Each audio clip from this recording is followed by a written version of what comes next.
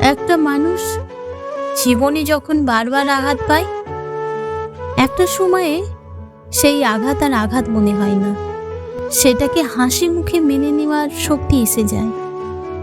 এখনকার দিনে বেশিরভাগ মানুষই নিজের ভুলগুলোকে চোখেই দেখতে পায় না, তারা শুধুই অন্যের ভুলগুলোকে দেখতে পায়। আর যদি তুমি ভুল না করেও তার কাছে নিজেকে বারবার সঠিক প্রমাণ করতে যাও, তাহলে সে তোমাকে মানসিকভাবে দুর্বল মনে করবে। সত্যি আমাদের এই সমাজে সরল মনের মানুষদের কষ্ট বেশি। মানুষ তাদেরকে আঘাত করতে ভীষণ মজা পায়। একটা মানুষ তখনই নিজেকে সবার থেকে আলাদা করে রাখে যখন তাকে বোঝার মতো কেউ থাকে না। তখন সে তার একাকিত্বটা মেনে নিতে বাধ্য হয়।